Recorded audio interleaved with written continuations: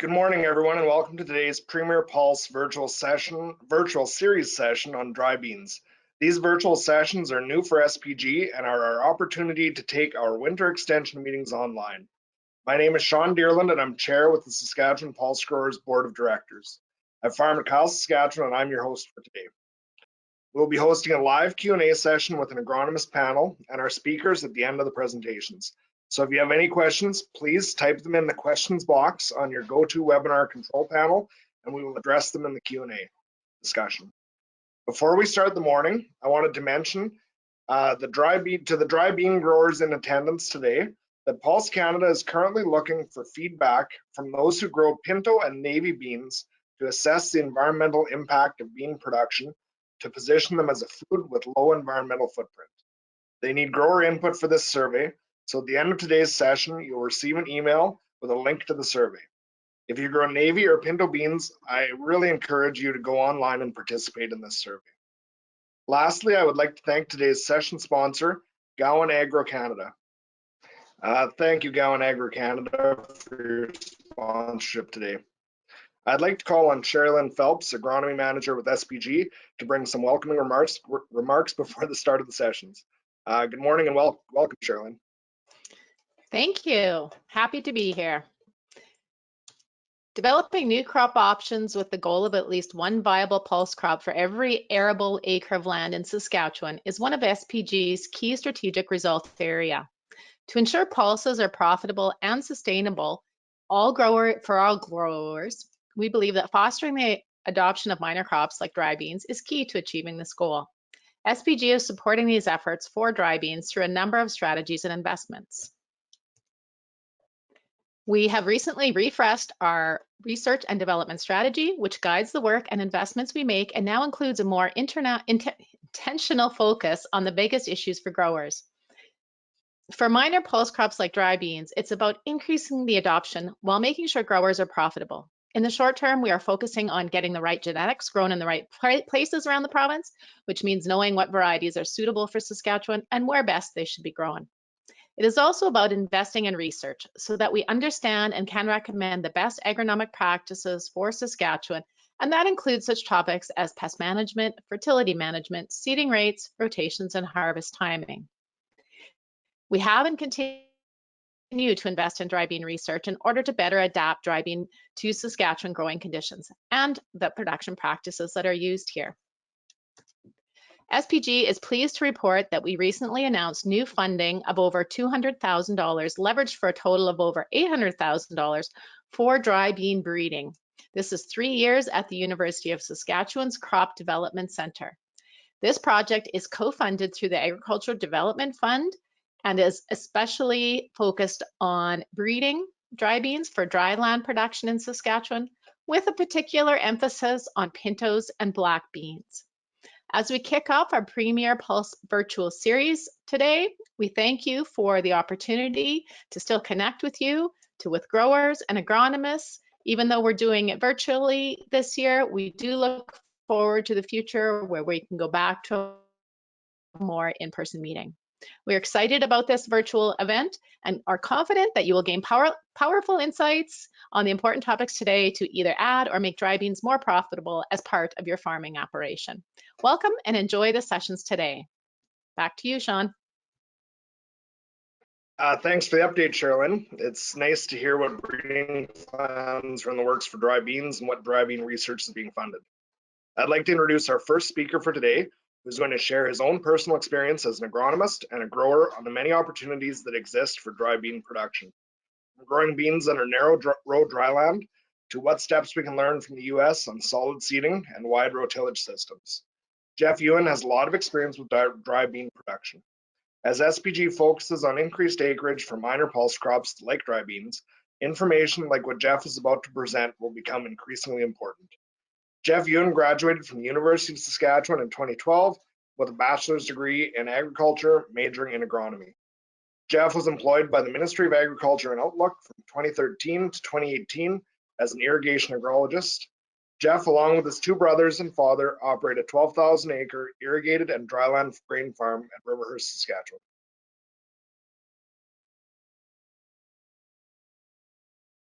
Great, great. Thanks, Sean, for the introductory, and thanks SPG for the opportunity. So I did this a couple of years back as well, and shared some experience and continue to learn on my own farm as I move forward. So today I'd like to talk about dryland dry bean production in Saskatchewan. In summary, I'm going to cover why dry beans, the growing region that within the province that is best suited, the classes and varieties that are probably best suited for dryland production, some field considerations. We'll cover some planting, harvest, and storage, as well as some recent research that's being done or been done here in the last few years. So why dry beans? Basically, everywhere in the province needs a crop rotation, and some places struggle a little more than others to get that 3 and 4 crop rotation, and especially getting a pulse in that rotation as you move more northerly. With the crop rotation, you can rotate your herbicides so that you get better weed control and break disease cycles, as well as hedge market risk. There's also some new early maturing varieties coming out of the University of Saskatchewan, as well as a couple available right now that are conducive to growing in Saskatchewan. We have an adequate growing region based on our soils, the moisture we receive, and the frost-free days. We have the ability to use conventional farming equipment. I put an asterisk beside that because there is still special considerations you need with that equipment in small modifications or just being gentle because the seed is conducive to splitting or damaging, both at seeding and at harvest. Cost of production is a competitive advantage we have compared to traditional growing areas like the Red River Valley or the northern US, where land values are skyrocketing and rents are really high, but that's corn and soybean country. So we have an advantage with a little lower cost of production potentially. Also, dry edible beans are a high value commodity. So with high value comes higher risk. So we'll discuss that as well. So dry beans on a world scale are far and away the largest grown pulse, and that's more than double all other pulses. So chickpeas, dry peas, lentils are the typical ones we see in Saskatchewan, and those are minuscule compared to world production. And that to me shows an opportunity because that means there's a large amount of dry beans being consumed elsewhere. When we talk about growing region, so the main growing region I would consider is covered by SCIC's dryland coverage for crop insurance, and it's outlined here, which is in the top edge of the dark brown soil zone and into the black soil zone over towards the east side of the province down to the southeast. And then there's the irrigation production area, which Joel will be touching on in a later presentation. But the reason for this area is as you move south and east in the province, you're getting increased annual heat units, which dry beans are a heat loving crop. But as you move north, then we get more increased annual rainfall, which they are compared to other pulses need more rain. And typically that rain needs to come at reproductive stages, which is later in July and early August. I'll move to classes and varieties now. So the biggest thing I'd recommend for new growers especially is you need to discuss with the potential buyer about what you're planning on doing. Mostly that's due to the fact that a lot of beans are grown under production contracts, and you're going to want to have that discussion with a buyer to put that in place. Commonly, they'll also provide you with seed, which then moves me to the varietal data is very regional specific. So some buyers will present you with potential seed options, but you want to be aware of what varieties are actually going to mature in your area. And we are still quite limited in Saskatchewan as to what is available to us. So you need to be very cautious of that. So when you go in and you Google dry beans and you start looking at information from Manitoba or North Dakota or Ontario, you have to be very cautious of the fact that just because it says it's a 100-day bean doesn't mean it actually is. I've seen several times, especially I look at North Dakota data and I'll have a variety that I'm looking at here, and down there could be up to 10 days difference, and that's just based on their climatic conditions. More heat, longer days, things like that really affect. So we are looking for an early maturing variety. We want to be under 100 days ideally, just to miss those frost-free period.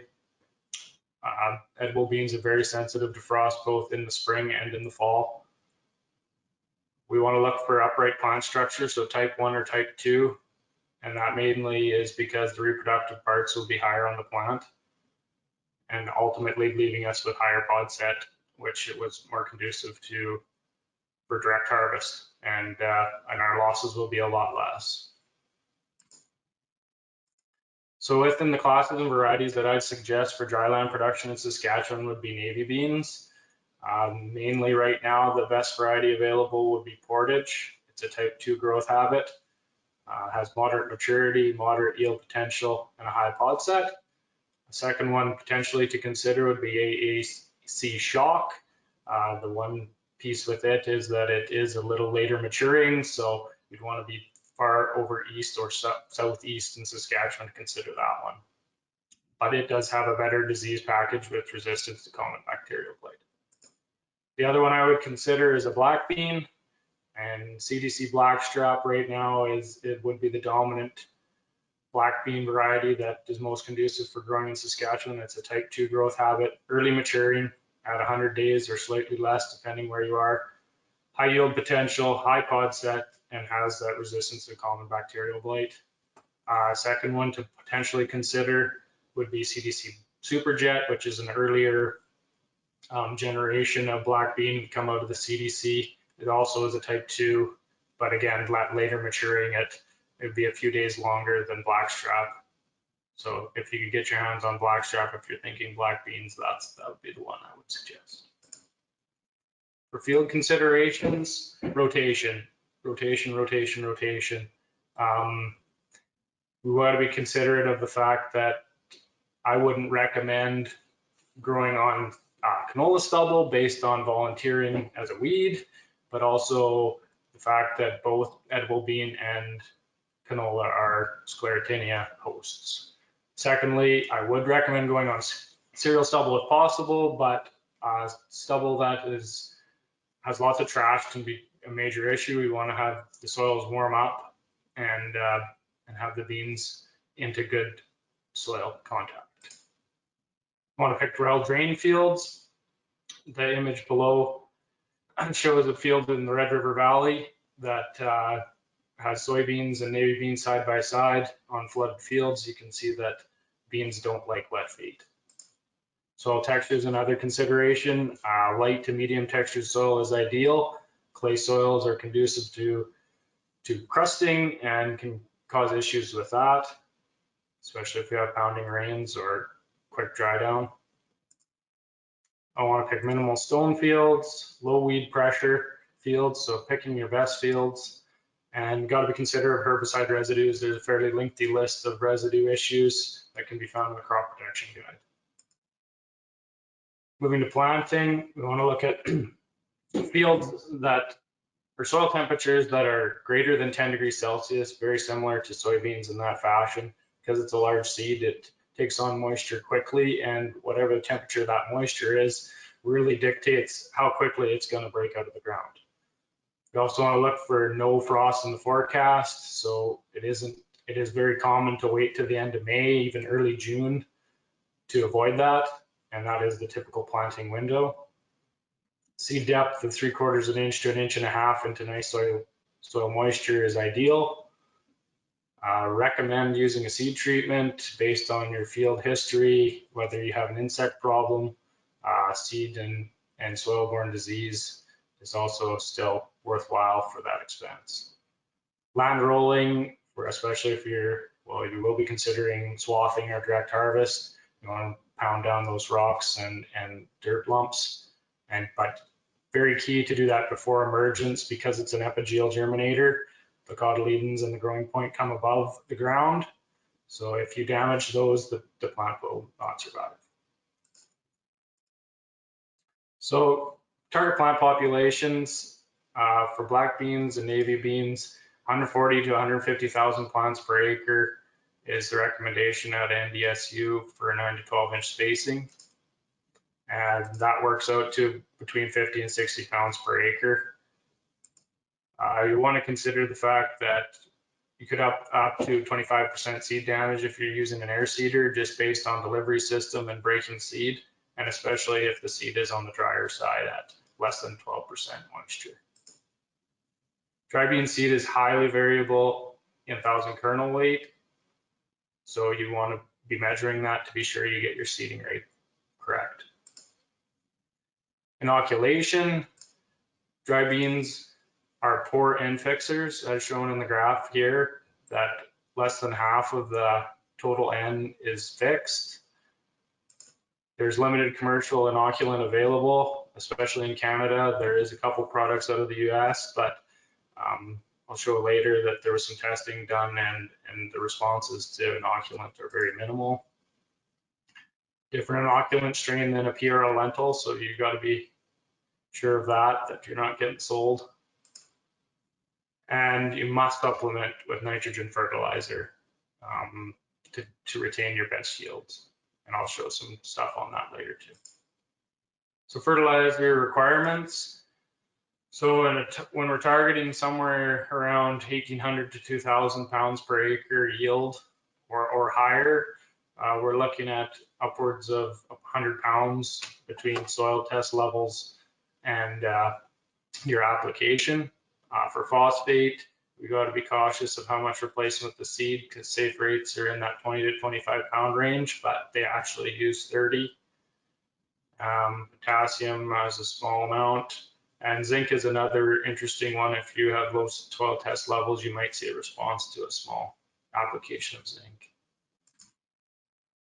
So moving to harvest time, we're looking at swathing.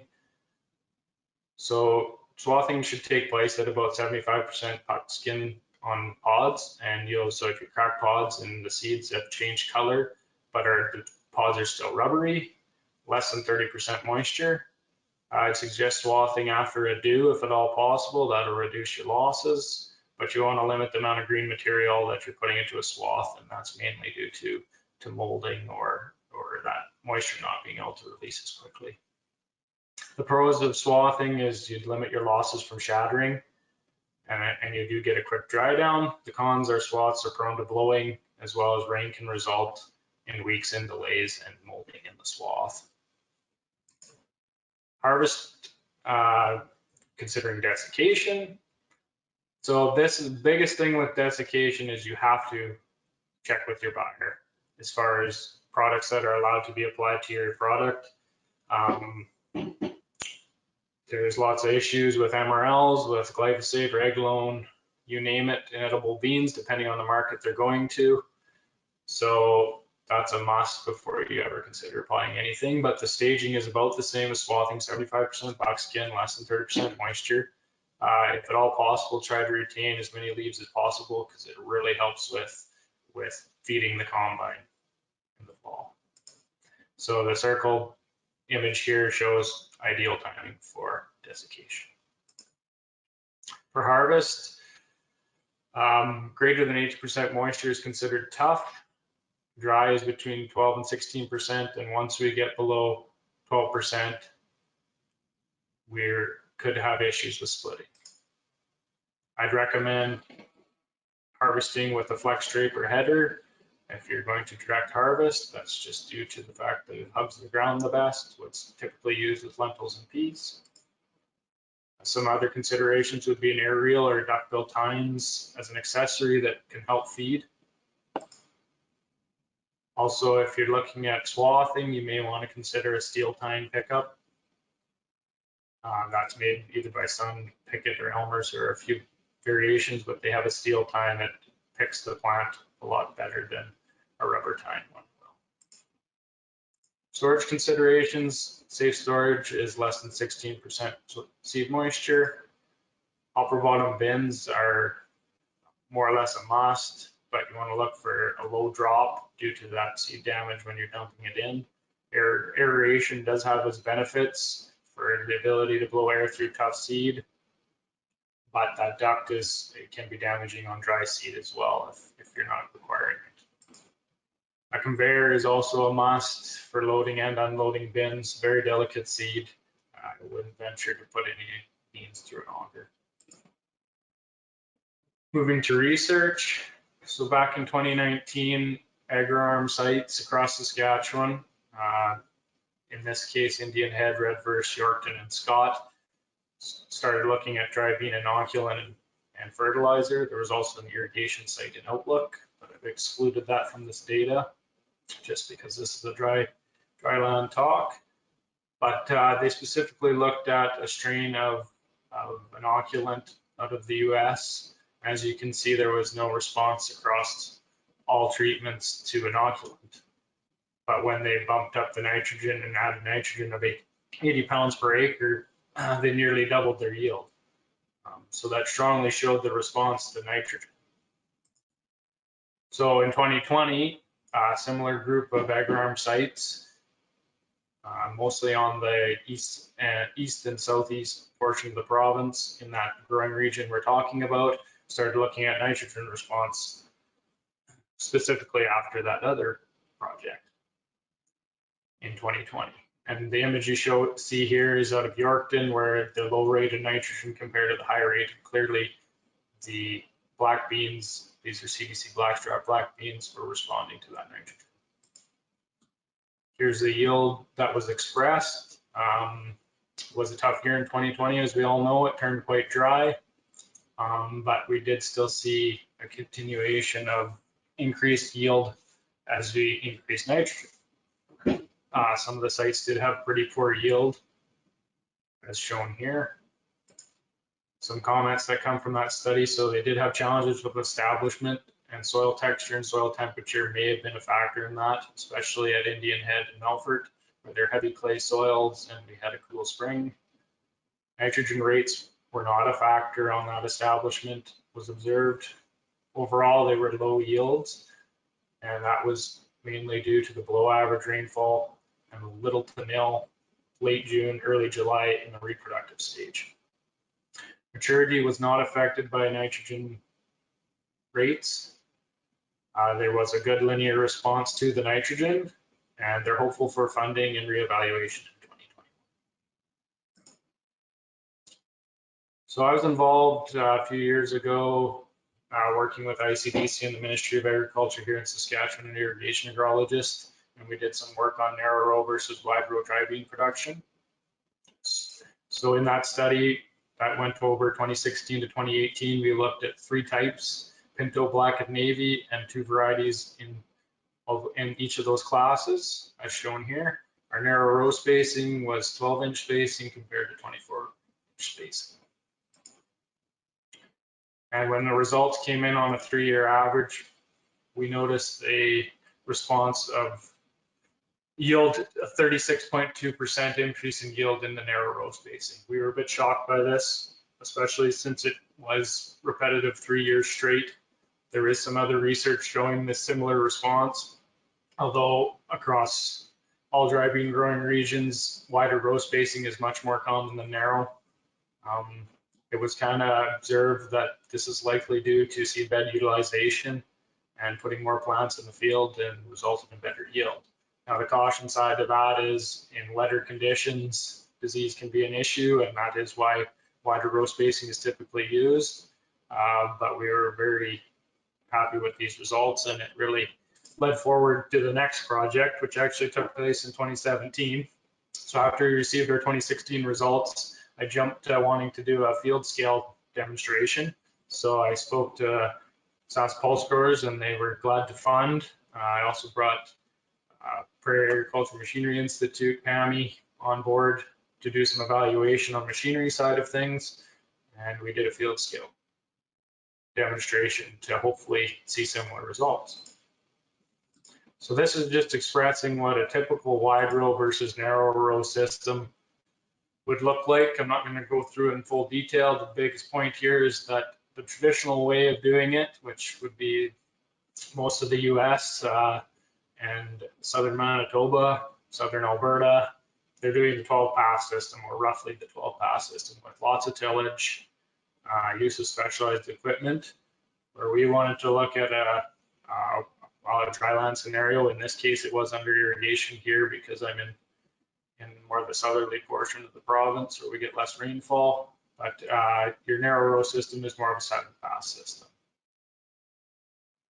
Another notable here is our plant populations that we were targeting, we didn't achieve, and that showed up later in the year as well. But I was targeting 115,000 plants per acre and got 142 on 22-inch rows. And I was targeting 125,000 plants and ended up with 97,000 plants per acre on the narrow row. And that was believed to be the damage we received through the air delivery system of the air drill. So here's an image of planting. As you can see, we were using a Orgo air seeder on 10.5-inch spacing and comparing that to a vacuum planter on 22-inch spacing. 7 days after planting, the beans were just about ready to break the surface. 21 days after, we're at first trifoliate, and the rows are filling in. 35 days after. 64 days after. At this point, they're starting to turn reproductive. We've got row closure. 85 days after, we're starting to see some seed color change in SNES. 92 days, and now we're getting really close to the desiccation window. You can see the pods are bumped up and getting close. And then at 100 days is when we were at that less than 30% moisture or 75% buckskin. It was time to swath. You can see in the image, it looks like there's a lot more green there, and there is a lot more green there than I'd like to see, but it was all top leaves. The pods were ready for desiccation and swathing. 7 days later, we were in with harvest. So the narrow row desiccated portion was direct harvested with a rotary combine, and the wide row undercut and the swath was picked up by a specialized bean combine. The results of this study showed in economics, net return. So this is an interesting part for this presentation is we did have a small dry land portion to this field, and we received a net return of roughly just over $200 an acre, or 1,400 pounds per acre. This was based off of 33-cent black beans. In the narrow row straight cut, we were up close to $700 net return at just over 3,200 pounds per acre. Narrow row swaths with 3,500 pounds per acre, just about $800.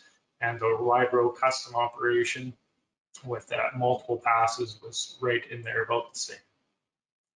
The yield was slightly more, and again, it's believed that that yield was to do with the establishment, the small difference between straight cut and swath.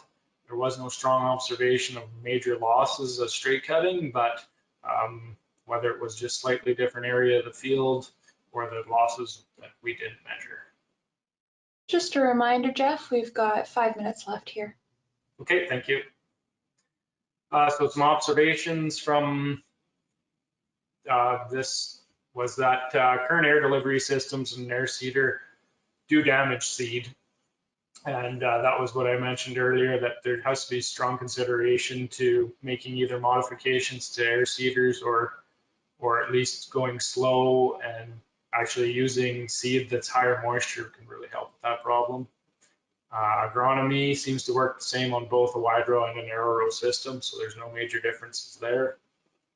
Tillage that is used in the wide row system is solely to facilitate undercutting, and there's no real major outside benefits. It was believed that the extra tillage, because beans are poor rooters, not real strong, that they would yield better because of tillage. Swathing reduces harvest losses, but is a very delicate and challenging task. Not something I'd like to go out and do again, although I have done it in the last couple of years a couple more times just to try.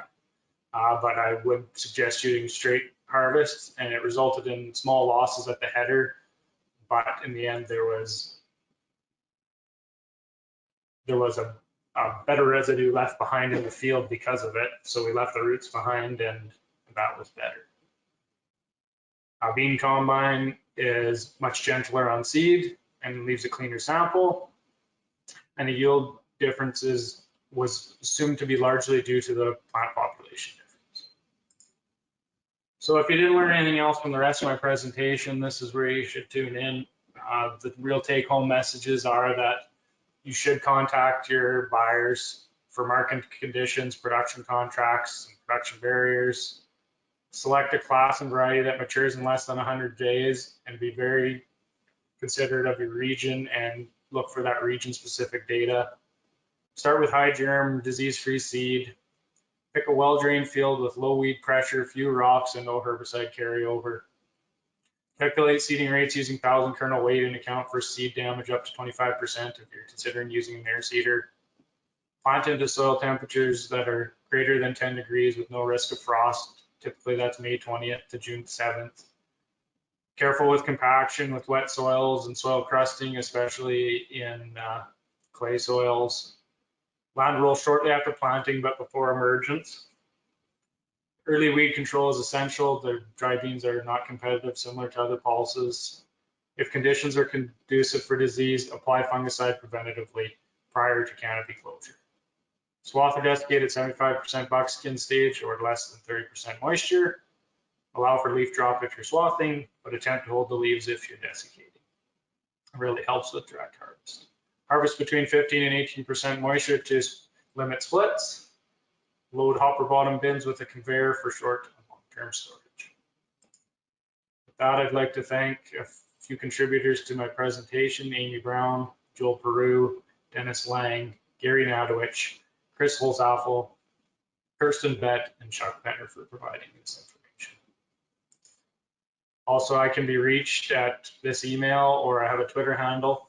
I'd be happy to help out anybody that is looking to try or has questions around production of dry edible beans. Thank you.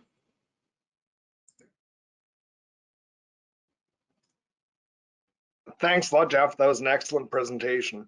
And thanks for sharing your personal experience with dryland and irrigated bean production.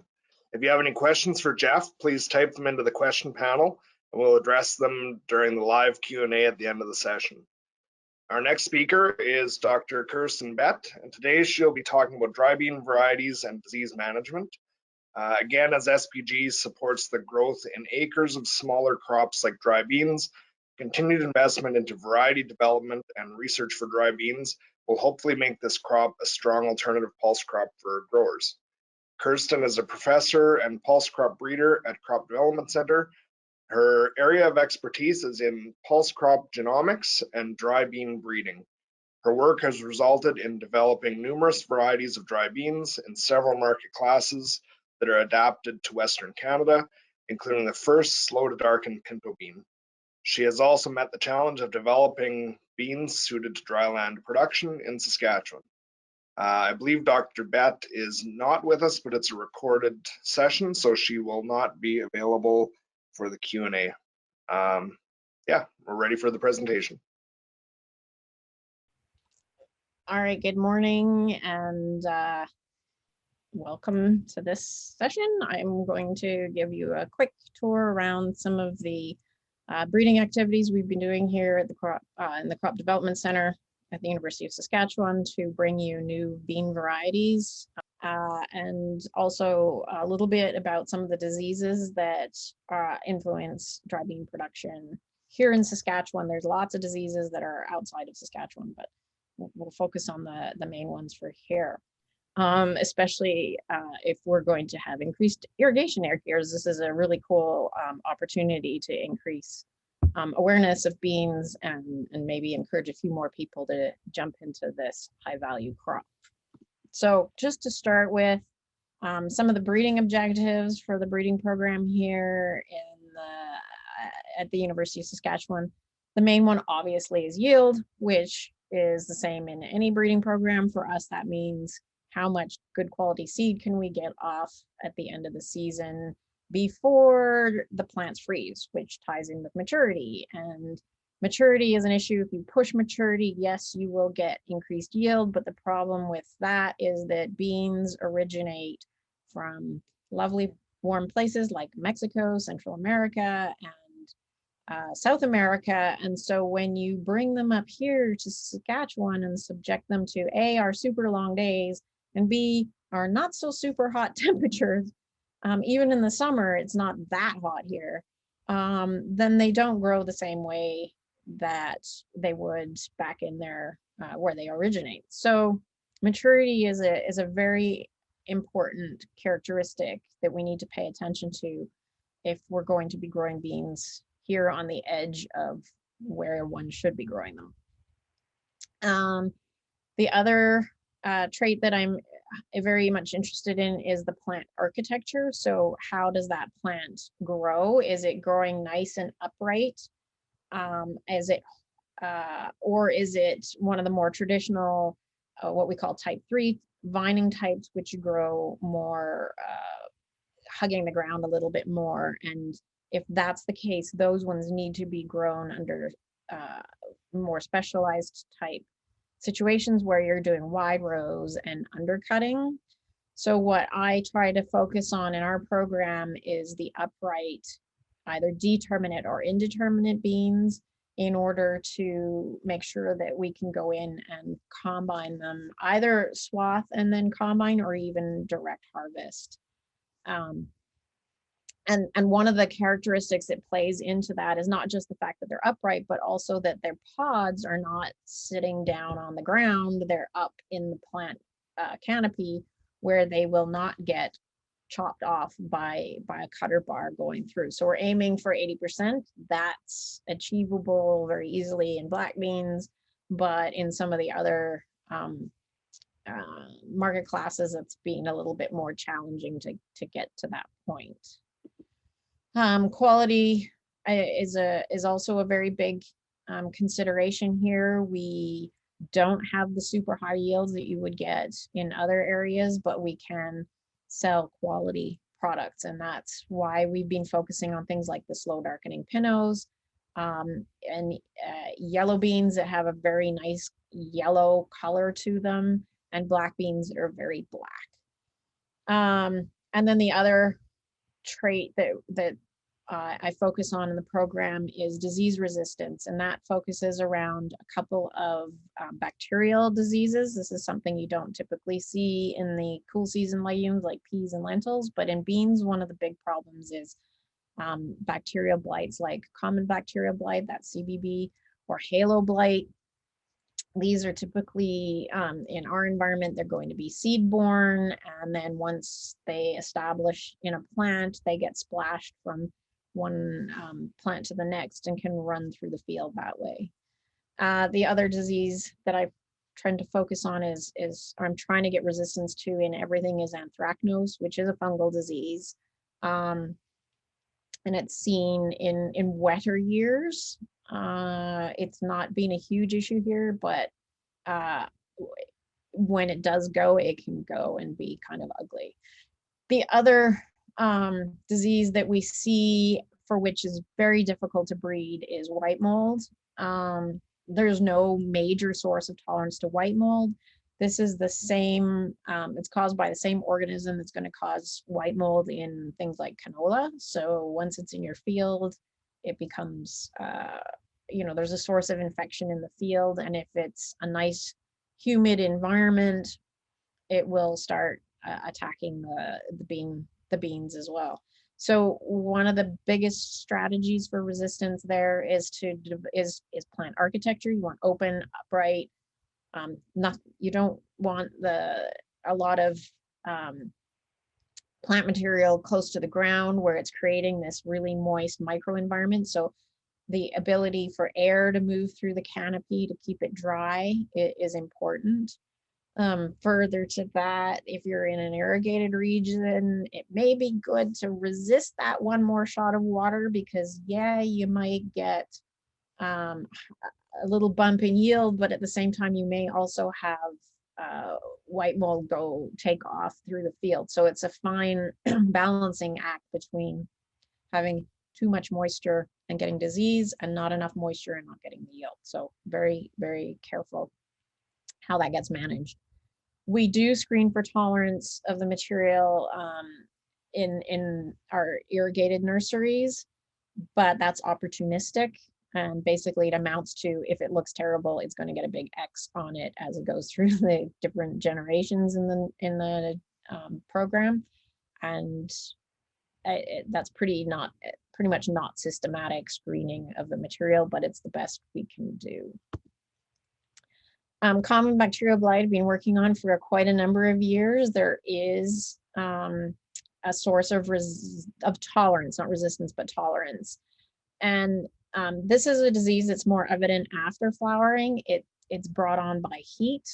So, and then when the plants are stressed during flowering, that combined with the source of infection, you will get these disease lesions that, if it happens early enough in flowering, is going to cause yield problems and also will infect the seed, which then causes you to get bacterial blight in your plots in your field the next year as well.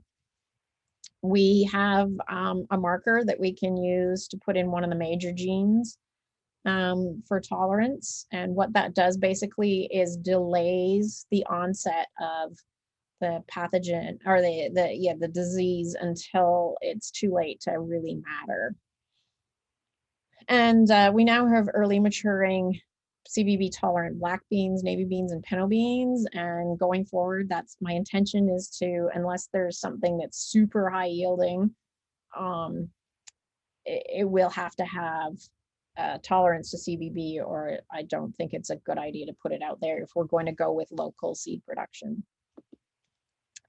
Halo blight is another bacterial infection that shows up. This one shows up early on in the season because it prefers cool temperatures. When it gets hot, it sort of, in tolerant lines, it pretty much disappears, just as the common blight takes over. So when things heat up, you'll have the lower leaves have been affected, and you might get sort of the level of infection you're seeing in this picture. Probably not something to worry too much about. If it's in a tolerant line, it will go away. But if it's a not so tolerant line, or a very susceptible line, that can run rampant and will actually kill plants if they're susceptible enough. So most pintos, blacks, and navy beans have tolerance or resistance, and so this hasn't been a huge issue. Until we started bringing in the susceptible types like yellow beans, cranberries, and kidneys tend to be quite susceptible if and can cause there can be quite devastating losses due to halo blight in those particular market classes if your seed source is not clean.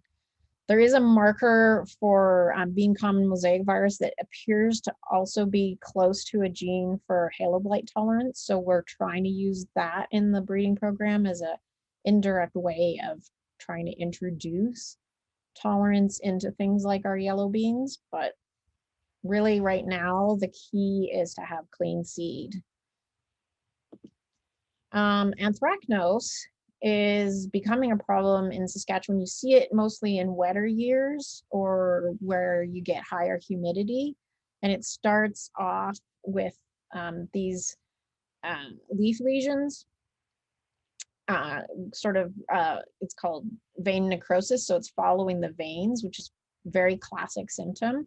It will then move into the stems. You'll get stem lesions. And then when it moves into the pods, you get these target-like lesions that will then allow the pathogen to infiltrate into the seeds, and that will perpetuate the problem in the coming seasons. So there is genetic resistance available for the most prevalent race of anthracnose, which is race 73, and all material in the registration trials are tested, and I try very hard not to release material that is susceptible to anthracnose unless there's no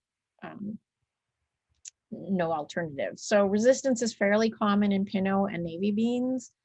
It's becoming more common in blacks and yellows, but it's not a guarantee. And red beans, this is a red bean. Red beans are notoriously susceptible to anthracnose. So that's going to take me a little bit longer to get out a decent red bean because of this problem. Again, I can't overemphasize this. Clean seed is really key to controlling most of these diseases.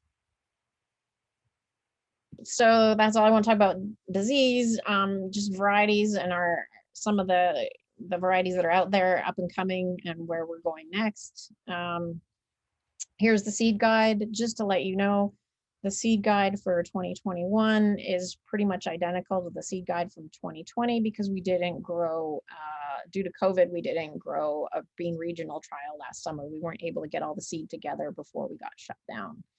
So in a typical year, we would grow in Riverhurst, Outlook, Broderick, and Saskatoon for irrigated sites, and then dryland, Saskatoon, Roster, Morden, Redvers, and Kamsack, just to get a sampling of the province. And so that's where these data come from. Lines that are in here have to be registered, and they have to be grown for several seasons. There has to be a minimum number of site years before they're allowed into the seed guide. So that's why you don't typically see the newest material in here until a couple years after its release.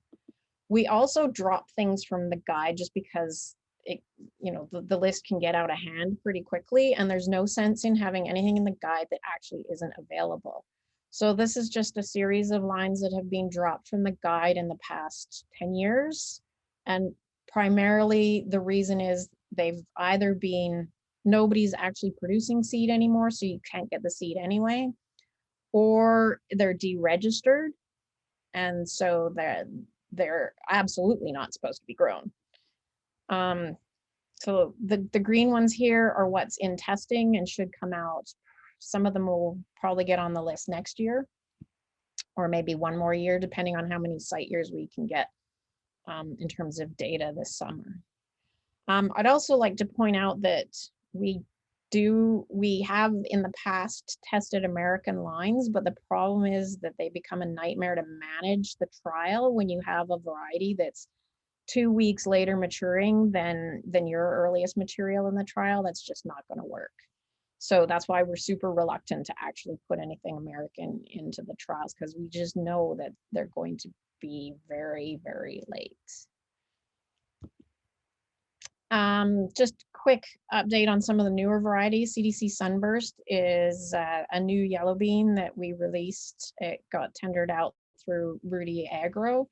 Has way better color than CDC Soul, if you're familiar with that, and it's much higher yielding, and it's 2 days earlier maturing, so which probably is contributing to it having a nicer color. So this one is quite promising, and I think will allow us to do well in the yellow bean market, which is it's a fairly niche market, but still I think we're one of the few places where we've got good yellow beans coming out of a breeding program. It's moderately susceptible to common blight, halo blight, and anthracnose, so we got to be careful with the seed sources on this. CDC White Mountain 3, this is the next in the series of the, WM3, is next in the series of our slow darkening pintos, which is it's a slow darkening pintos arose here at the Crop Development Center in the early 2000s, and we've been working on trying to develop this market. It's now, people all over North America are breeding with these genetics because the buyers want slow darkening because they're a much nicer looking seed, and that's why they are there's demand for them in the marketplace. Threes are the big advantage. It's not much, they basically yield the same as twos, but they have a much nicer seed, much plumper than the twos did, and so they're I think they're a much better variety. If you look in the seed guide, this is problematic. It looks like they're much lower yielding than twos, but part of the problem is they've only been tested for 2 years against CDC blackstrap, which is now the check. And so I think if you wait another year or two, the yield data will presumably come back up to where we were seeing it throughout the whole breeding program, as equal to or slightly higher yielding than twos. On deck and in breeder seed production this year is a new black bean variety. And if you have a cool black bean name that you'd like to propose, I'm open to suggestions. It's higher yielding than blackstrap, but it is about 2 days later in maturity, which may be the reason why they're higher yielding. It has slightly better pod clearance, and unlike blackstrap, it is tolerant to anthracnose. So that's a big bonus in areas where anthracnose is going to be a problem. They both have common blight tolerance and halo blight tolerance, so that their disease package on the black beans is great. On the other thing that's on deck and being produced in breeder seed this summer is a navy bean. Again, it's nameless at this point, but it's higher yielding than portage, which is probably the main navy bean that's being grown these days in Saskatchewan. It is 2 days later, so again, some of the yield is probably coming from it being later, but it does have much better seed coat color. It is tolerant to common blight like portage. It's also anthracnose tolerant, sorry. And this line is being tendered this spring. What else is in the pipeline? Well, we've got higher yielding, slow darkening pinnos. We have indeterminate and determinate yellow beans with common blight and halo blight tolerance, which will be great to have out there. We have improved blacks and navies that are higher yielding, but I'm aiming for early to mid maturity instead of late maturity. There's possibly a nice great northern on the way. I also dabble in reds and pinks. Reds are a nightmare for anthracnose though, so that's hard to get those released. And then there's probably a slow darkening carioca, which is a very niche market into Brazil that may or may not be worth exploring. All right, I just want to wrap up by giving you some heads up on things you need to think about if you're going to pick different cultivars for production. Always discuss with potential buyers. Okay, you need to know what they want and exactly what they want, because otherwise you end up sitting on beans for a while. Keep in mind that variety data is very region specific and varieties react very differently to different environments. Vibrant is a slow darkening pinot from the US that is a few people have tried to grow here. I would say that's risky. Even though it says it's early in the North Dakota pamphlet, it's late here. And this picture here, although we won't say it out loud, that's vibrant when it gets frozen. And this is an adapted Pinot, same day. And that's the difference that we're looking at. So yes, it was a slightly early frost this year, September 8th, but there you go. That's what happens. Interestingly, portage, that navy bean is late there, but it's reasonably early here. So be careful when interpreting data that come out of a completely different environment, because beans are highly sensitive to where they're being grown. And one of the things that comes with the territory, okay, you may be able to squeak that variety through if we have a late frost, but you need to be careful here's an example in black beans. If the pigment development is not complete before harvest, you will get not black beans. They will be purple, maybe brown. And this is because the pigments that are in there are formed as the seed is maturing. And so there's two things going on. One, you've got the genetic variation for which pigments and when they're developed, how quickly they're developed. So in the breeding program, we obviously are selecting for those that are black as possible at maturity. The problem is if you grow them outside of their maturity zone, you could be harvesting. They may look like they're the pods will say they're ready to go, but in fact they're not fully colored up yet. So that's a bit of an issue with black beans that we need to keep an eye on. So then the other things to consider is if you're growing dryland, you want to make sure the pods are being held as high as possible, and then look for markets. This ties in with talking with potential buyers. So what color, size, shape, what market class are you wanting to grow is important when you've got a choice. You don't always have a choice depending on where you're if you're up in the Nipawin, North Battleford area, the CDC blackstrap has been great. I would not try and grow our yellow bean, for instance, up there. And then the other important thing is your source of seed. And I just want to finish on this note that this is what happens when you grow bin run seed of some weird origin. And I will not name names or anything, but this was a few years ago. And it's a variety that was, I would say, drug across the border. And yeah, the seed was completely and utterly infested with halo blight.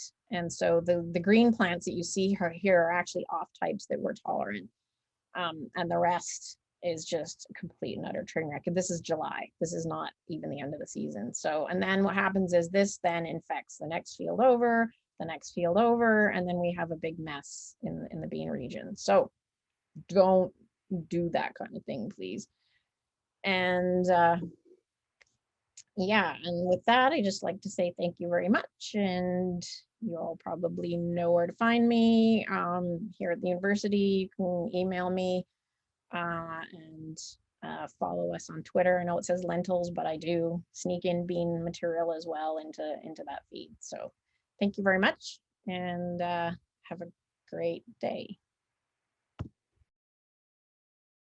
Okay, thank you to Dr. Bett again for the presentation and sharing her dry bean breeding work and research into disease management. I would like to introduce our next speaker, Joel Peru. Today he'll be talking about ways growers can expand dry bean production under irrigation, something that fits into SPG's research goals of expanding production and acreage of this crop. Joel is an irrigation agrologist for the Saskatchewan Ministry of Agriculture in the Crops and Irrigation branch. He holds a Bachelor of Science in Agronomy from the U of S and has worked from the ministry's Outlook office developing and implementing research and demonstration projects with the purpose of enhancing returns from existing irrigation in Saskatchewan. Good morning, Joel.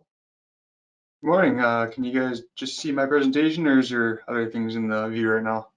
It looks good. Okay, looks good. Perfect. Good morning. Thanks for having me today. So yeah, today I'm going to be talking about growing dry beans under irrigation, specifically in Saskatchewan.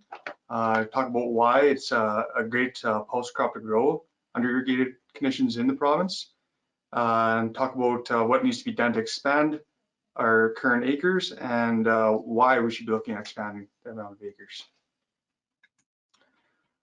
So how much dry beans do we currently grow under irrigation? So every year our office surveys mostly irrigated land around Lake Diefenbaker. So last year we surveyed about 90,000 acres. And in 2020 we counted about 5,000 acres of dry beans in the survey. So historically, dry bean acres make up between 3 and probably up to 9,000 acres of the crop mix under irrigation and within the Lake Diefenbaker development area. And it is the pulse crop of choice. So it's a small part of the total crop mix, although it is over half of the irrigated pulses around Lake Diefenbaker. So why would we want to expand growing dry beans? So we've already heard from Jeff on some of the good things about beans, but I'll kind of go into why I think it's, from my point of view, why I think it's a good crop to be looking at expanding further. So there's 3 different components that I kind of think of and why we should be expanding this crop. First is crop rotation. So it's important to have a pulse crop and rotation, of course. commonly grown pulse crops such as peas and lentils aren't suited for irrigation just because of the added moisture that's associated with irrigation and the disease pressure it can have on lentils and peas. Dry beans perform better with irrigation, and they require water for a longer period of time, which I'll go into in the next slide.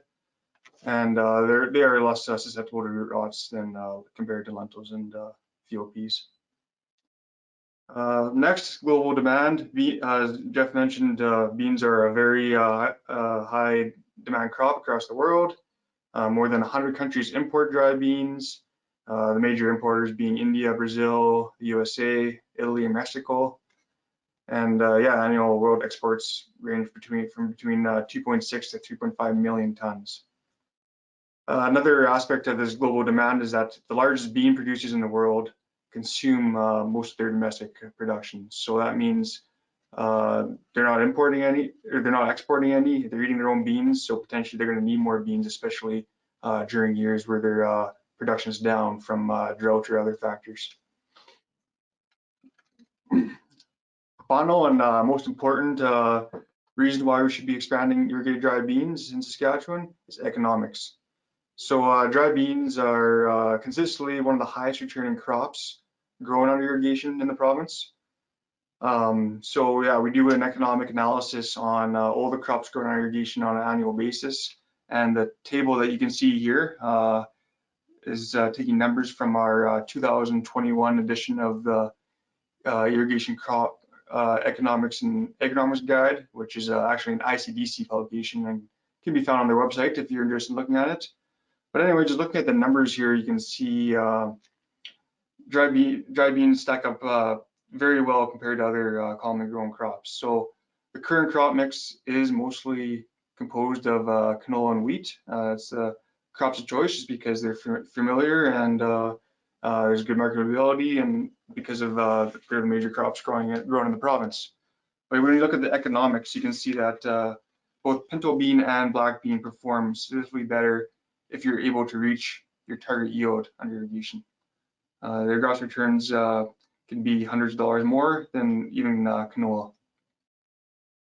Then comparing that to other pulse crops which are grown on irrigation, peas and faba beans being the two other major ones, you can see that the gross return that you're getting from beans would be around double what you get from the other two pulse crops.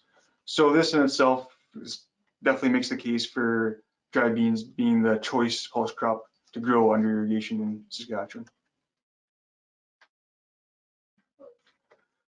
So the irrigation component of it, so Jeff kind of went into the dry land potential for dry beans, but why should we be growing out irrigation? Irrigation is typically more money to farm any crop just because of the added cost. You're typically going after higher yields, but there's some clear advantages to growing this crop under irrigation.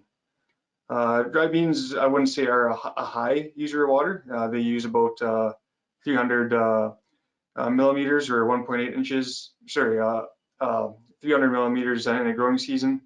But they do require water over a very long period of time. So comparing dry beans water use to other commonly grown crops such as canola and wheat, canola and wheat typically are done using water mid-August, and typically you want to cut off the irrigation to let them dry down. With the dry beans, on the other hand, they can still be growing in late August and even into early September, so they need that consistent water for a longer period of time.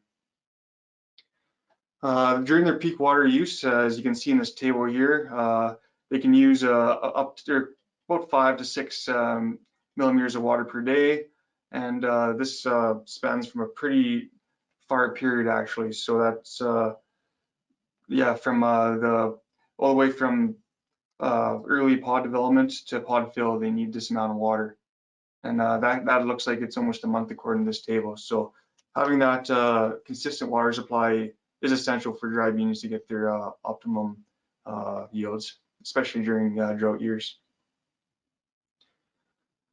So yeah, and so what's needed to expand dry bean acreage in the province?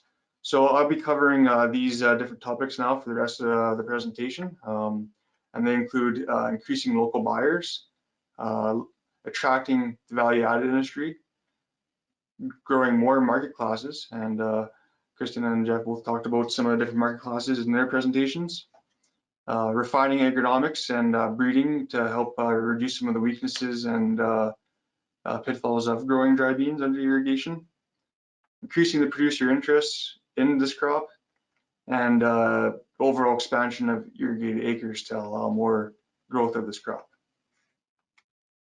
So I'm going to start off with just talking about the last point I mentioned there, the expansion of irrigated acres. So I'm sure a lot of you heard about the big announcement last July when Premier Scott Moe announced the irrigation expansion project that's going to add up to 500,000 acres of irrigated land from Lake Diefenbaker.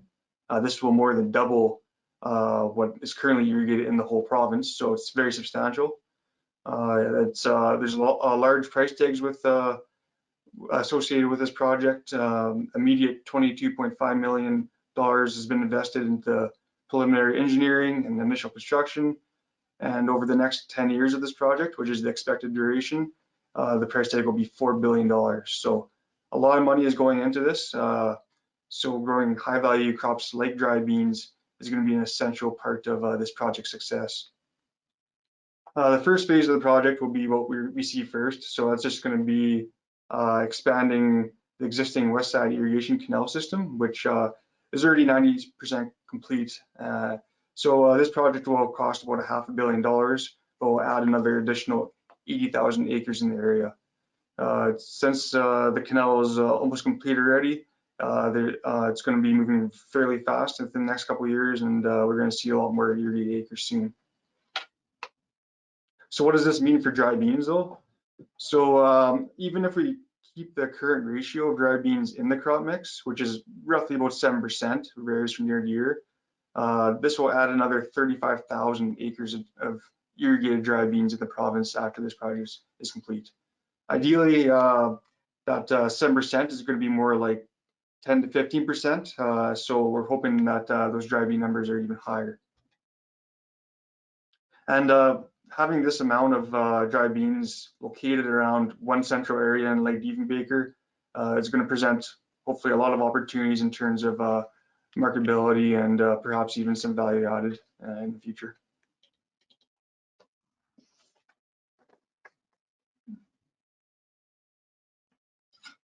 So let's forget about the expansion project because it's going to be happening, but it hasn't happened yet. And let's look at what we currently have for dry bean acres. So dry beans are grown in a 4-year rotation for reducing disease pressure. So the maximum crop mix you can really have for dry beans is about 25%. As you can see in this chart, Riverhurst is currently pretty much maxed out in terms of what they can grow for dry beans. They're already at 25% of their crop mix. The other two largest districts around Lake Diefenbaker, Riverhurst and the South Saskatchewan River Irrigation District, they only have about 1% of their crop mix as dry beans. So even just getting that uptake up to closer to 25% in those two districts alone will add another 13,000 acres of dry beans. So this should be an easy amount of acres to add. It just we need a producer uptake. In the end, the producers are going to decide if they want to grow them or not. So they need to be aware of the opportunities and make sure that we have all the agronomics and other factors down as well. So the next thing that needs to happen to help attract irrigated dry bean acres and its expansion is to increase the amount of buyers and perhaps processors as well. Currently, there's only one processor in the province. This means producers often need to ship their crop to Manitoba, which adds cost and logistics to their operations. So as mentioned before, the increase in dry bean production from the irrigation expansion should help attract more buyers and processors, just because processors want to be near their crop to help reduce their costs, And if we have 35 to 80,000 acres of dry bean production, they're going to have a lot of dry beans to buy locally around Lake Diefenbaker. We most likely won't be able to attract big names like Heinz and other canners just because they are closer to much larger growing bean grower areas than what we'll ever reach even with their expansion. But there is a potential to maybe develop a protein fractionation business using dry bean protein, and also for years where there's frost that affects quality on our dry beans, perhaps we can market them to pet food companies. And if one was established in Saskatchewan that would make pet food from poor quality dry beans, that would definitely help fill a gap for marketability in the province. So yeah, Kirstin covered a lot of the different market classes that she's currently working on. So I think something that needs to happen is to increase the amount of different market classes that irrigators are growing right now. Right now, the most commonly grown bean is pinto bean. Other beans definitely have that economic opportunity. For example, kidney beans has about a 10 cent per pound premium over pintos. The only thing with them is there's more risk associated just because of the longer growing season needed. But work is being done on a lot of these different market classes to help remedy those issues, and hopefully there's going to be more uptake of these different market classes from irrigators in the future. And then I guess the black bean is not only a potential class for irrigated, but also dry land, as Jeff talked about in his presentation. Okay, so another thing that could help increase marketability and even the price of dry beans in Canada is increasing our consumption. So Canada has a very low bean consumption level compared to lots of other nations in the world. Just looking towards our neighbors in the USA, you can see that they consume 6 times as much dry beans as we do in Canada. And then another North American nation, Mexico, consumes significantly more dry beans than what both us and the United States do. So ways we can kind of help with this, I suppose, is just promote the nutritional benefits of dry beans. Dry beans are a great part of a diet in terms of their vitamins and protein and fibers. So I think there's definitely a huge health food component to like kind of branding dry bean consumption in Canada. And I think if that goes well, perhaps it'll be more commonly seen at our dinner table for the typical Canadian family.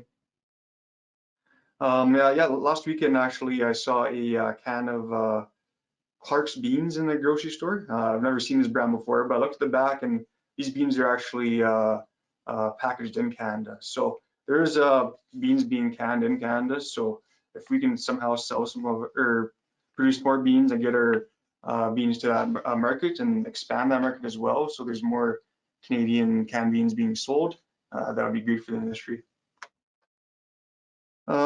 Just for fun, I added on this chart here. So this chart just shows annual bean consumption in kilograms per person per year. So as you can see, we're only about half a kilogram per person per year in Canada, compared to the highest bean consumer, which is Rwanda. They consume 35 kilograms of dry beans per year per person. So that's what, like 80 pounds a year. So I just thought that was a very impressive number, and I don't expect Canada will ever reach close to that number. If it does, it's we're definitely going to have to accept passing gas as a social norm, that's for sure. But yeah, I just thought that number is very impressive for the amount of dry beans some people do eat in the world.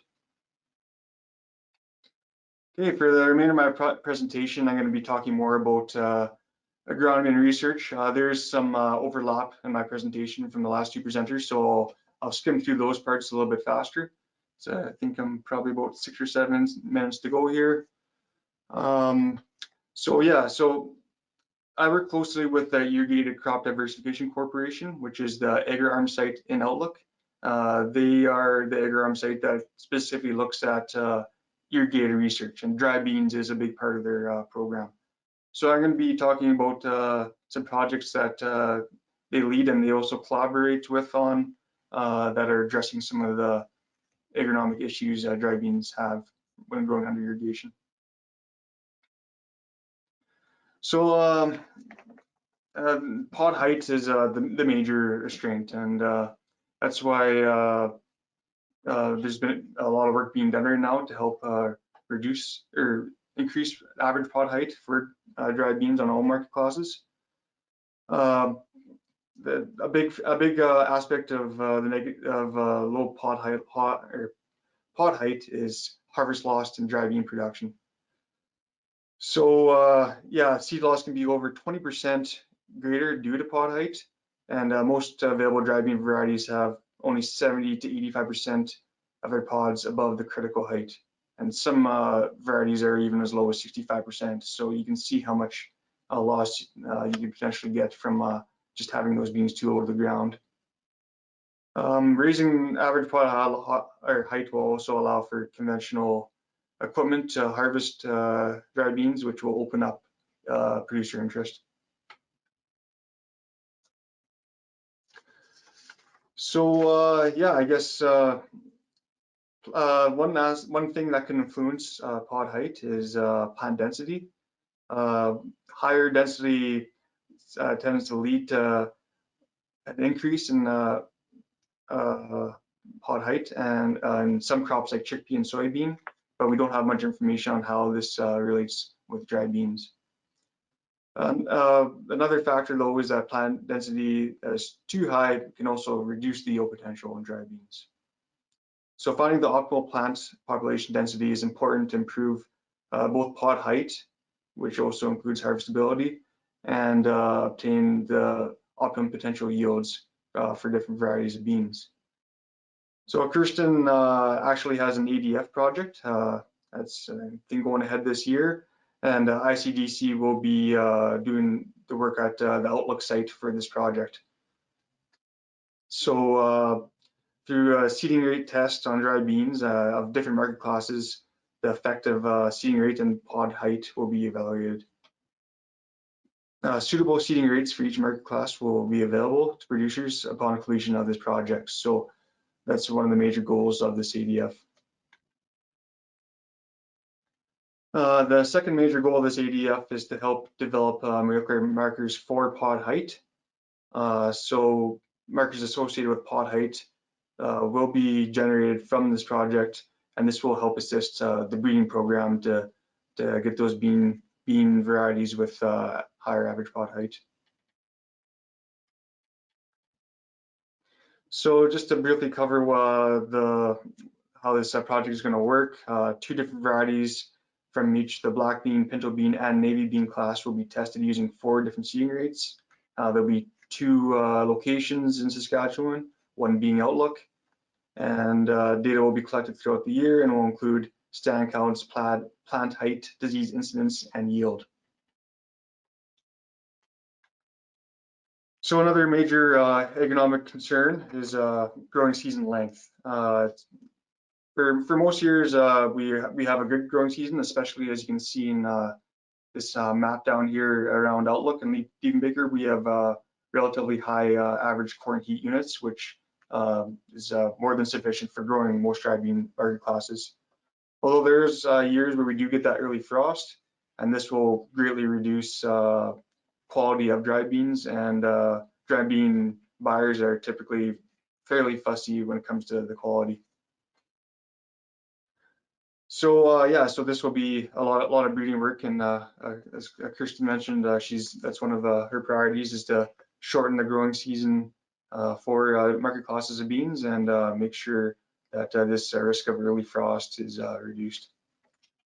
Just a reminder, Joel, we've got about 5 minutes left here. Okay, sounds good. So yeah, I guess the last research I want to talk about relates to the inoculant fertility trial, but Jeff already covered this in his presentation, so I'll just kind of skim through it and talk about the irrigated site, which was in Outlook in a little more detail. So yeah, I guess there's 5 sites in this adopt trial, and one was conducted by ICDC and Outlook, and this was the only irrigated site. So as Jeff mentioned, beans are very poor fixers of nitrogen compared to other post crops, and we don't have any specific inoculant available for dry beans. So finding that right fertility regime is very important to make sure that producers are successful with their dry bean crops. So yeah, these are just the different treatments that were in the adopt project. So looking at different combinations of inoculant and fertilizers and seeing how, if there's any benefit at all to adding an inoculant. So in the Outlook site, which is the only irrigated site, we can see in this chart here that inoculation failed to provide a dry bean yield response. So the highest responding treatment actually was the application of 80 pounds of N. This is total N, including what's in the soil and fertilizer. And this resulted in significant yield response, not only in Outlook, but all other sites as well. So yeah, I guess just from this adopt alone, I guess the general recommendation would be to put your N on through fertilizer and do not rely on inoculant, because from what we've seen in trials is that there's not much benefit to using any kind of inoculant on dry beans. So yeah, that covers my topic, and yeah, I'll be around for questions during the panel discussion at the end. Thank you very much for having me today.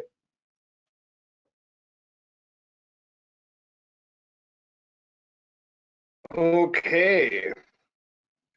Thank you, Joel, for sharing your expertise with us and hopefully giving a few more dry bean growers a prospective green bean growers some tips on how they can expand production under irrigation. I'm now going to open up our live Q&A panel discussion here with Jeff and Joel. Just a reminder, if you have any questions, please type them into the question box on your dashboard and Sherrilyn will address them to the panelists. Take it away, Sherrilyn. Thank you, Sean. Yes, we got, a few questions, and definitely enter those questions into the question box and we will ask them. Any breeding type questions or variety questions will be forwarded to Kirstin for answering after the event, so you can still get your questions answered even though she's not present here today. So thank you, Joel and Jeff, for the presentations today. Lots of information about growing black beans, pinto beans, all the different dry beans that we grow in Saskatchewan under irrigation as well as under dryland.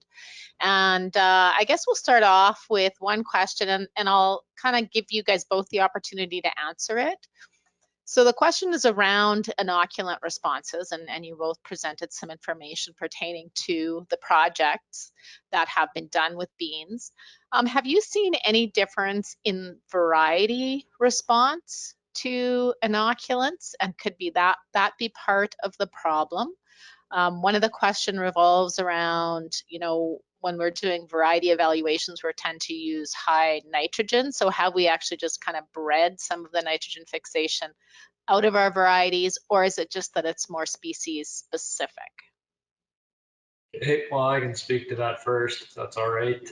I guess definitely there's a wide-ranging response to all types of things when it comes to edible beans, because there is such a vast difference in traits from different types and we see that with tolerance to herbicide, all types of things. So there could be something to that nature.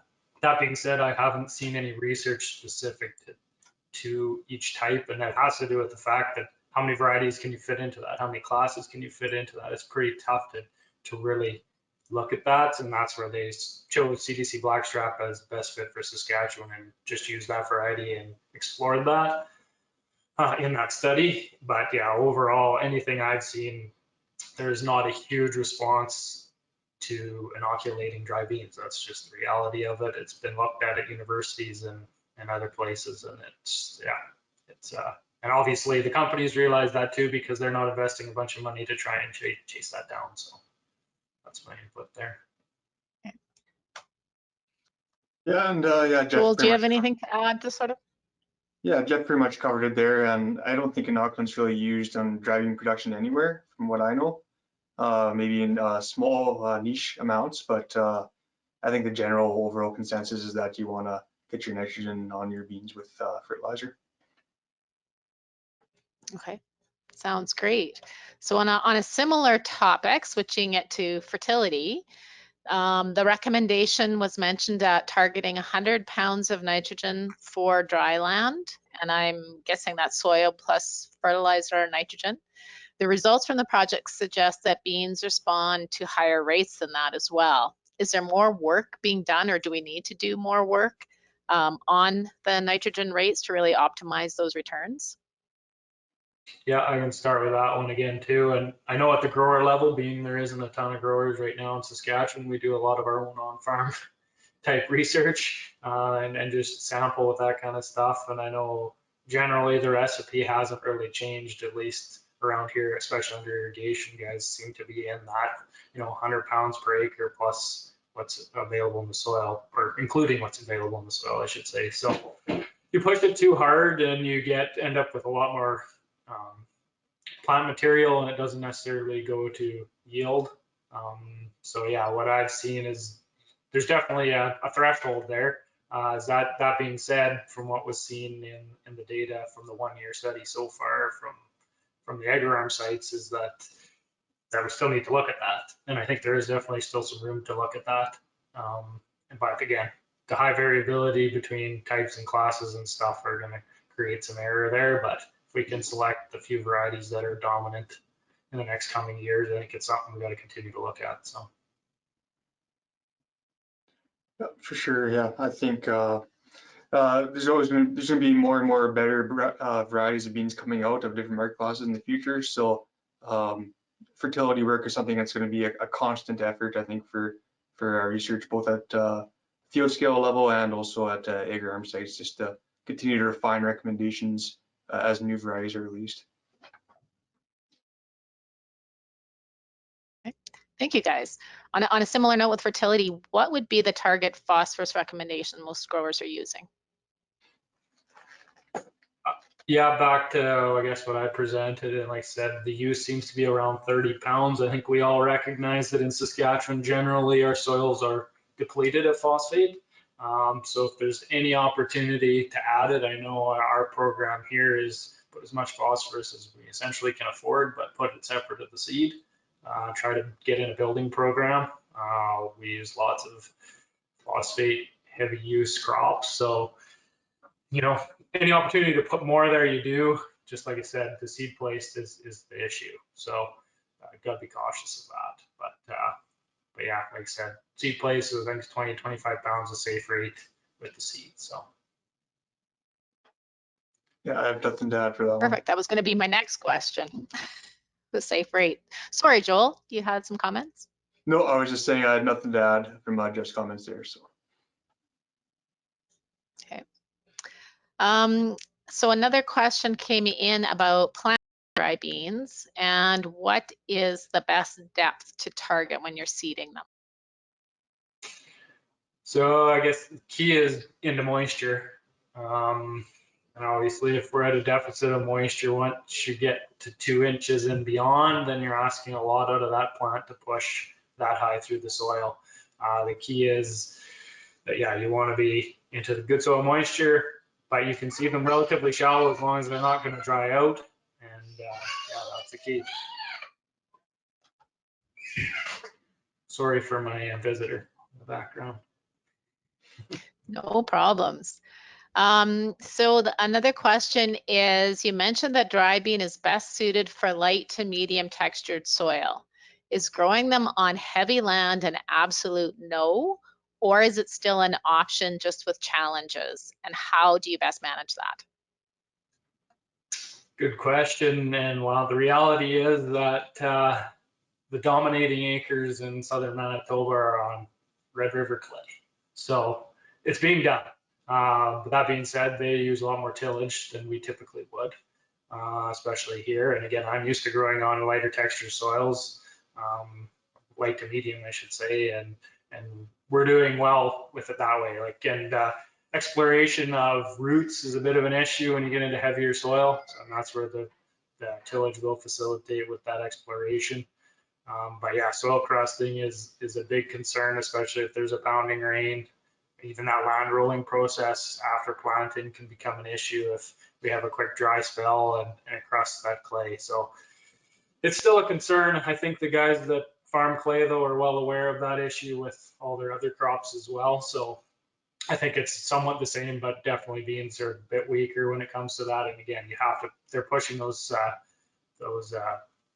plant parts up above the soil. So it takes a lot of energy to get out of the ground. And just I guess on the irrigation side of things, most irrigated land is lighter texture. Heavier texture soils aren't typically suited for irrigation. So I guess the increase in irrigated acres in the province for dry beans will most likely all be on sandier type soils.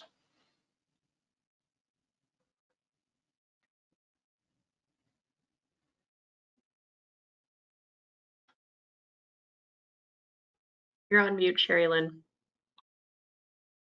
Thank you, Andrea. This would be more for Joel.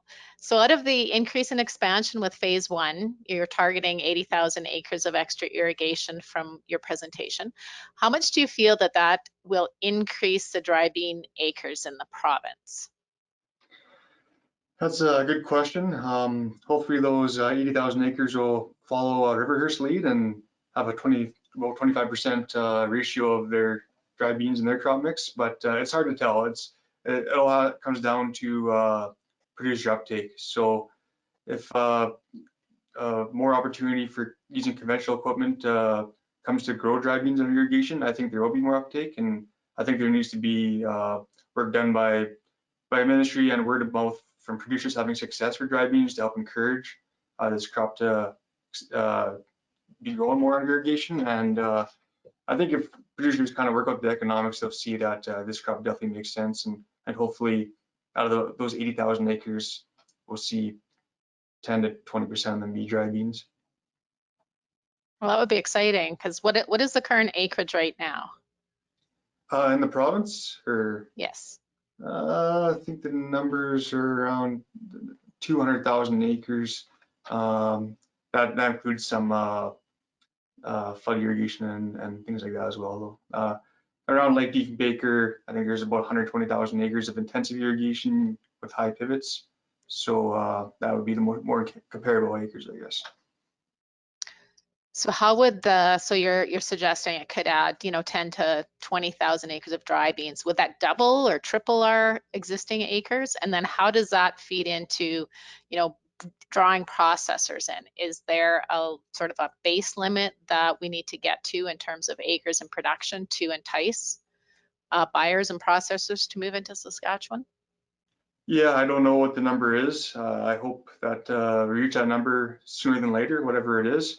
But yeah, as I mentioned in my presentation, we grow about 3,000 to 9,000 acres of irrigated dry beans right now around Lake Diefenbaker. So if we can triple, quadruple this in the near future, hopefully that this will attract some more processors and buyers just to get everything closer to the growers and to help their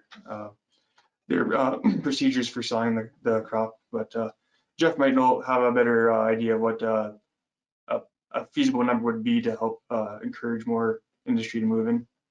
Sure. Yeah, no, I guess I was kind of told, as I tried to push that when I was back with the ministry, was 10,000 acres seemed to be a round number that a large processor would even consider. You needed sustainability on 10,000 acres. That being said, we have hit that pinnacle once or twice in history, but we seem to kind of go down if we have challenging years. The risk in edible beans push guys away. Specialized equipment has pushed a few guys away. Soil erosion, those types of things have had guys say it's not worth it. So, there's definitely still challenges there. But that being said, exactly like Joel said, if we can get the critical mass and irrigation to start moving in the other direction, I think the acres will follow. The economics make sense. So, and the crop rotation makes sense. So I think we'll see it get to that point. So if a grower was interested in growing dry beans, where would they go to find buyers, and who are some of those buyers that are currently contracting acres in Saskatchewan? Sure, I can start with that. So yeah, actually currently there is Rudy Agro and Outlook, as Joel mentioned. They've been longstanding buyers in Saskatchewan, but currently we now have a couple others showing interest. So there's McDougall Acres in Moose Jaw. And he's actually been working with edible beans now for over 3 years and is moving into export. So there's an opportunity right close to where production is right here in Saskatchewan already. There's also multiple brokers that are starting to show interest in edible beans. And then you move outside the province beyond that, and you're looking at Manitoba, where there's at least a handful of processors, and they're actively contracting in Saskatchewan, as well as a couple in Alberta. So there's options there. Logistics are a bit of an, or always were, used to be a bit of an issue. Now that, you know, we have some processors showing interest right here on our back door, that makes it a lot more attractive, because on my production, if I'm going to Manitoba, it costs me 2 cents to get it there, and that cuts right into my bottom line. So that's kind of where things are at on that front. So you mentioned price. What is the range in kind of prices for the beans that are typically grown in Saskatchewan right now?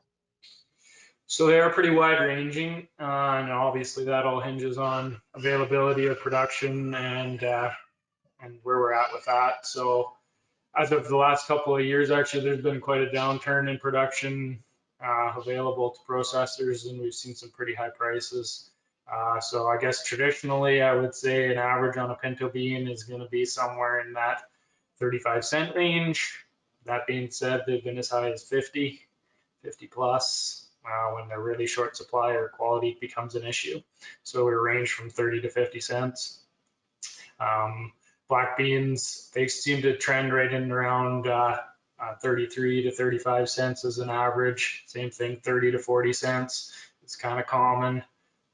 Navy beans would be similar, I would suspect. Same thing, though, they're at extreme shortage. The counters right now are really looking for good quality navy beans after the frost we had. That caused issues right across all bean growing regions. So quality is a problem. Counters are short navy beans, so prices are up even over 40 cents right now. Then you get into the specialty stuff, and it isn't uncommon to see 45, 50, 55 and higher if supplies are short when you get into the kidneys and cranberries and stuff. So definitely there's huge potential there, and the value is there. It's just about capturing the yield and quality is the hard part. That's amazing, the prices that can be obtained. Now, again, you mentioned that's quality wise, right? With good quality. What happens if your beans don't meet quality? Where can you sell them? And what prices are you dealing with? Right, so there is alternatives. And again, actually, this is where McDougall Acres started off when it's the pet food side of things, and they're buying off grade. So he has a pretty wide window of opportunity there, so long as there isn't issues with the mycotoxins in there. So they're doing testing in-house to make sure that they fit the bill for what they need. But again, it's not about what they look like there. They're turning it into a kibble or into a byproduct that's going into pet food. So, you know, it doesn't have to look good. So there's opportunity there for sure, and that works with certain types. There's types that they don't accept. So they're looking mostly for navy beans and pinto beans on that. But again, those two quality can become an issue quickly because of color. But outside of that, obviously a canning market is a little lower quality, or they can handle lower quality because it's not going to be shelf appeal. Most of the stuff is going to be presented in a clear bag or sitting in front of the buyer right at the market. So it has to look really good on the surface. But that being said too, there is testing that's done for the canning to make sure there's not hard seeds and things like that when they go through the canning process. So there's different parts of that are important, but there's alternative markets, and we're finding too after this year where we did get the frost event and have lots of poor quality beans, that even in export markets there is, you know, some different small markets for lower quality beans where the buyer doesn't want to pay as much. But again, it's really wide ranging in price. And again, it's year to year too, supply demand thing. So again, I wouldn't, well, there's guys that would accept 10 cents when there's way too many poor quality beans, but hopefully you'd be in the 20s at least for a little lower quality bean to make sure that you make some profitability. Awesome, thank you. So last question, and it's going to be directed to both of you, and we're not going to hold you to these guesses, but looking for your thoughts on, we talked about dry land dry beans and obviously the expansion in the irrigation district. What realistically could we get to for dry bean production in Saskatchewan when you combine the two together? Well, maybe I'll start to Jeff, and then you can give your perspective. But I guess I mentioned in my presentation right now, the irrigated crop mix is about 7% dry beans. So if we increase irrigation by 500,000 acres, I guess we can quickly do the math here. That's going to be like 35,000 more acres. So then we're looking at a minimum of 40% if we stay at that 7%, not just irrigated beans. As Jeff mentioned, there's a lot of potential to greatly expand acres under dry land production too, which may actually be where the bulk of the beans end up being in the long run. But I guess time will tell on that one. Yeah, no, good answer, Joel. And I guess my thinking was if we could tenfold our production, we'd be in a really good situation. And obviously that was going from the years that we were 10,000, so 100,000. It's kind of, a pipe dream for my thinking, as far as that would really create a sustainable atmosphere for processors to embed themselves, and sustain a breeding program is another piece that I really like to push. The fact, we have this great breeding program at the CDC, and we got nothing really to support it at this time. So we got to do our best to work with that. So yeah, that's kind of the piece. Like 100,000 would be amazing to see in my lifetime. I agree, that would be awesome. And from the pulse growers perspective, we'd love to see more alternatives for every acre in the province. And if we could get up to $100,000 of beans, that just is another crop in rotation that can spread out some of those other major crops and major pulses. So I think there definitely is opportunity there, and I look forward to seeing how it's going to develop, how the ministry is going to move on their initiatives, and how the dryland progresses as well. So thank you, you guys, for your questions and answers. Thanks to everyone for the questions, and you guys for your answers. And with that, I'm going to turn it back to Sean. Thank you, everyone, for the questions, and thank you to Jeff, Ewen, Kirstin, Bett, and Joel Peru for their presentations today. Also, thank you again to Gowan Agro Canada for sponsoring today's session. And don't forget to participate in the Pulse Canada Dry Bean Survey, which will also be linked in today's email. Next week's session will be focused on faba bean market development, diseases, varieties, and the agronomy of faba bean production. So if you haven't registered yet, visit the saskpulse.com website and find the registration link under the events tab. Thank you, everyone, for your attendance and presentations, and have a great day.